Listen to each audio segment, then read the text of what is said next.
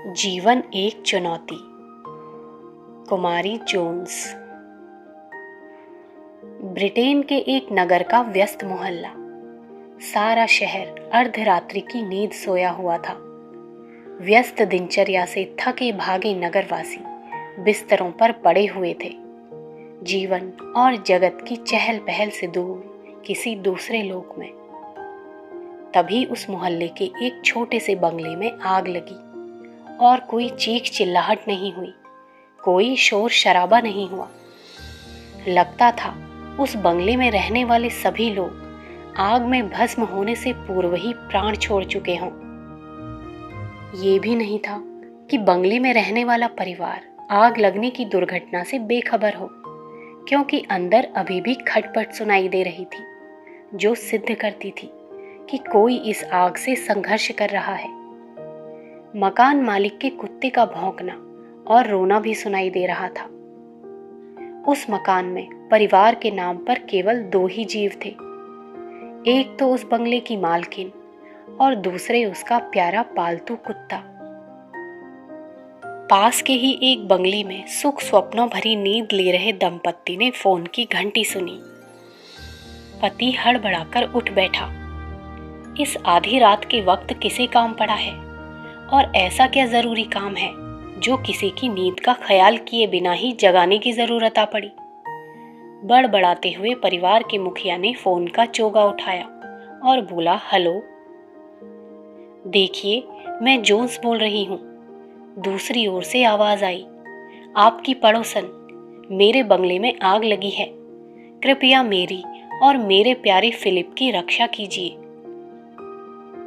आवाज एकदम शांत, सहज और निश्चिंत थी। इस कारण उस व्यक्ति को विश्वास नहीं आया कि जोन्स के बंगले में आग लगी होगी, और उसने अपना यह संदेह व्यक्त भी कर दिया। क्यों जोन्स, आधी रात के वक्त मजाक कर रही हो? क्या मजाक करने के लिए यही वक्त था? सुबह भी तो मजाक कर सकती थी। आप मजाक समझ रहे हैं और यहाँ मेरा जीवन खतरे में पड़ा हुआ है। विश्वास ना हो तो जरा बाहर निकल कर देखिए। इस आवाज में थोड़ा आवेग तो था, परंतु चिंता और घबराहट का नाम मात्र भी नहीं। पड़ोसी ने बाहर निकल कर देखा। सचमुच जोन्स का निवास आग में झुलस रहा था। तब उसे विश्वास आया और उसने आसपास के लोगों को जगाया। सब पड़ोसी जाग उठे। फिर क्या था, आग पर शीघ्र ही काबू पा लिया गया। आग की लपटें शांत हुई और अंदर जाने जैसी स्थिति हुई तो लोगों को उस अकल्पित स्थिति का एहसास हुआ, जिसके अनुसार जोन्स की आत्मा शरीर से मुक्ति पा चुकी होगी, और वे उस कमरे की ओर घबराए से दौड़े जहां पर कि जोन्स रात्रि का विश्राम किया करती थी।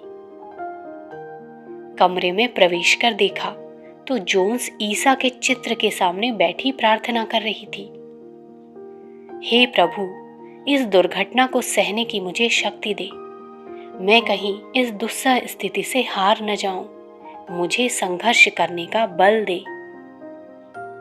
कमरे में प्रवेश करते हुए लोगों ने जब ये शब्द सुने तो उन्हें आश्चर्य हुआ कि जोन्स प्रभु से क्या मांग रही है।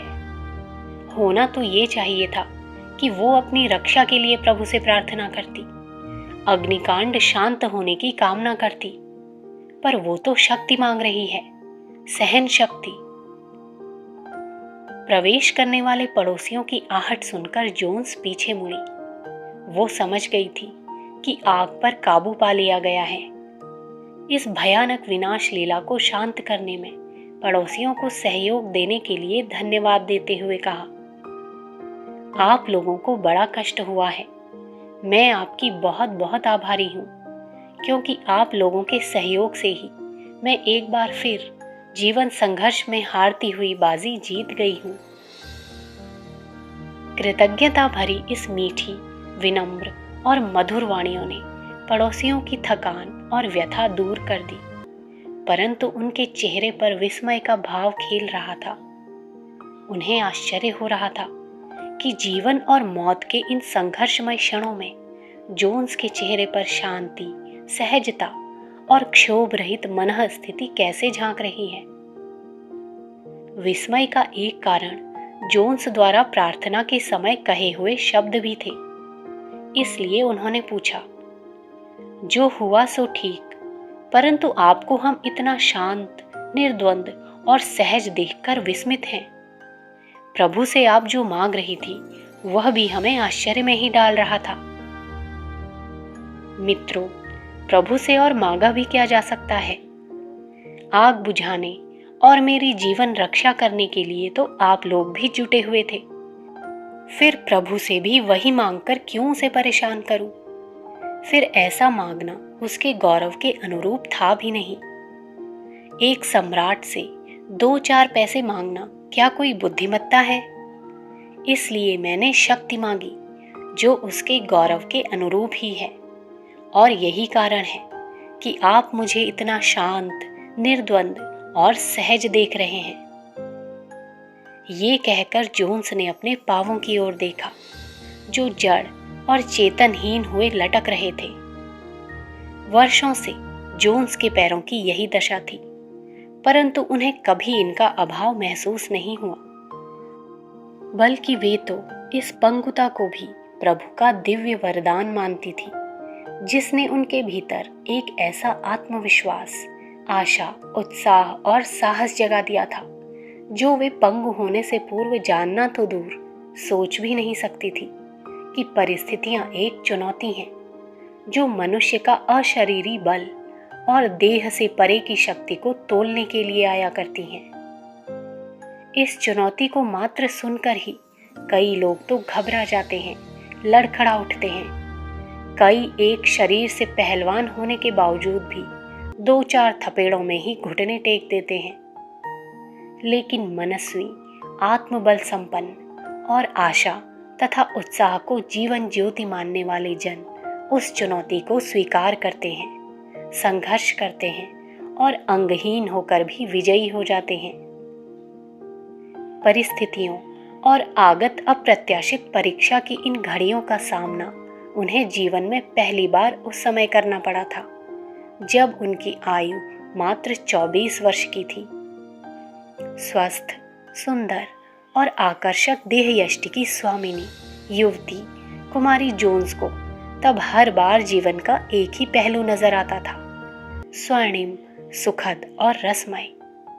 तब उन्हें हर स्वप्न, हर कल्पना यथार्थ की जीती जागती कविता अनुभव होती थी। घटना सन 1944 की है। द्वितीय महायुद्ध का समय था। जर्मनी के विमान ब्रिटेन के गांव-गांव और नगर-नगर के आकाश में घुसकर दनादन बमबारी किया करते थे। उस दिन मिस जोन्स अपनी सहेलियों के साथ गिरजाघर गई हुई थी। उसी समय जर्मनी विमानों ने नगर पर हमला किया और भीड़-भाड़ वाले क्षेत्रों में बड़े-बड़े भवनों व इमारतों पर, कारखानों और गिरजाओं पर बम फेंके। इसी आक्रमण में कुछ बम उस चर्च पर भी पड़े और चर्च की इमारत ध्वस्त हो गई।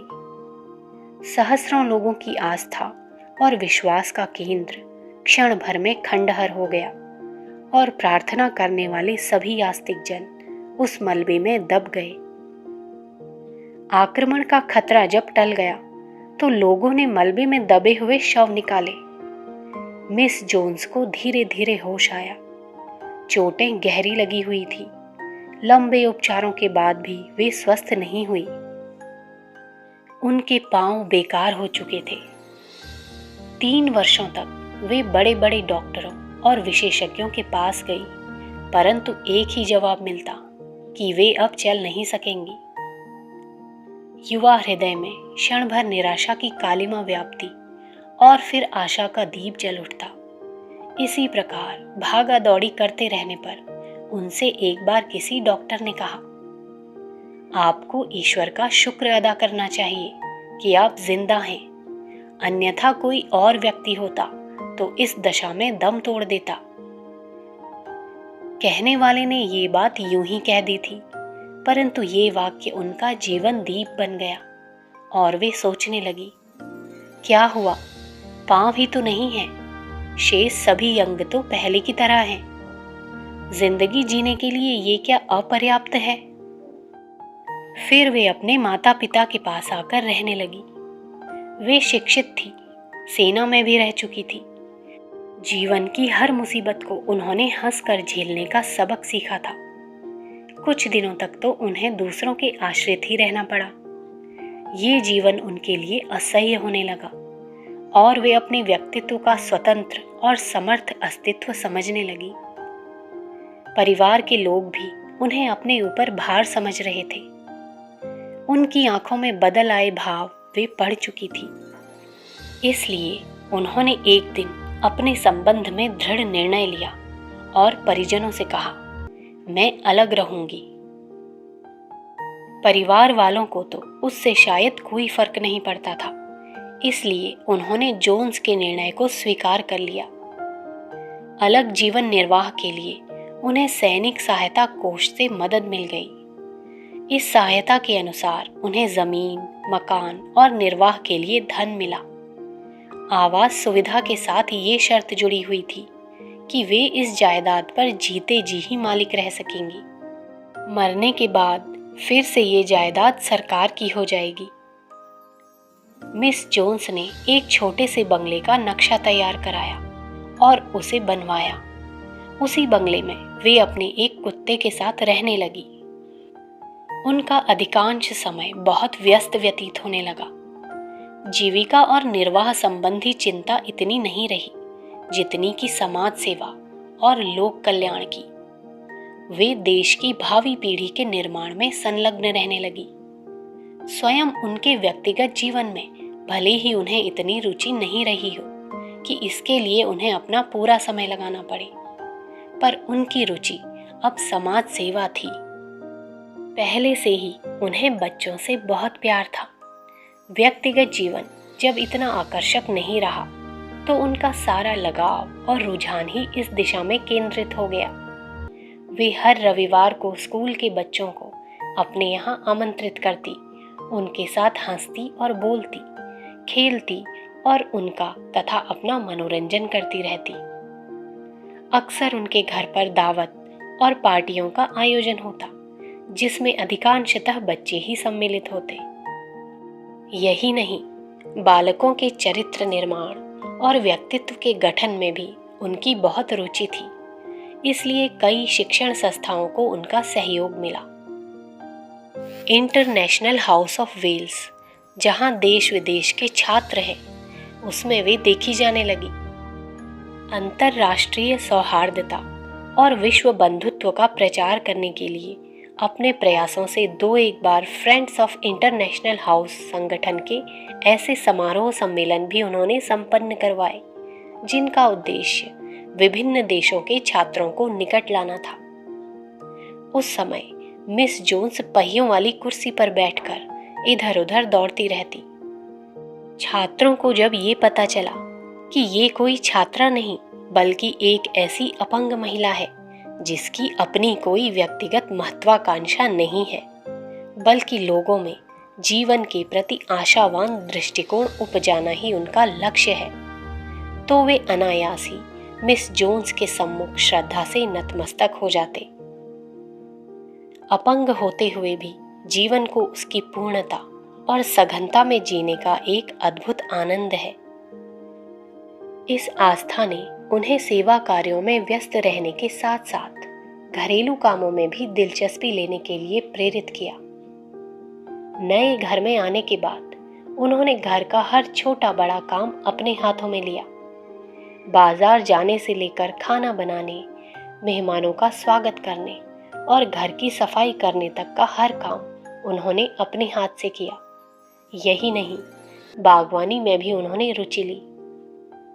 शरीर से असमर्थ होने के बावजूद भी जीवन के प्रति इतनी रुचि रखने का कारण पूछने पर उन्होंने बताया, मैंने अपने जीवन को एक चुनौती माना है, इसलिए हर क्षण अपने प्रति आशा और विश्वास से भरी रहती हूँ।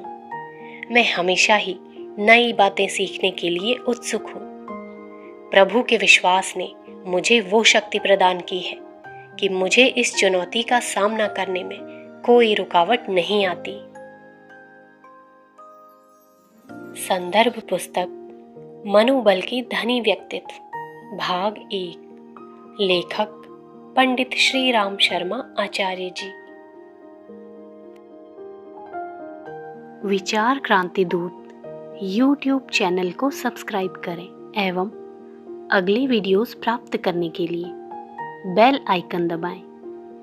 धन्यवाद।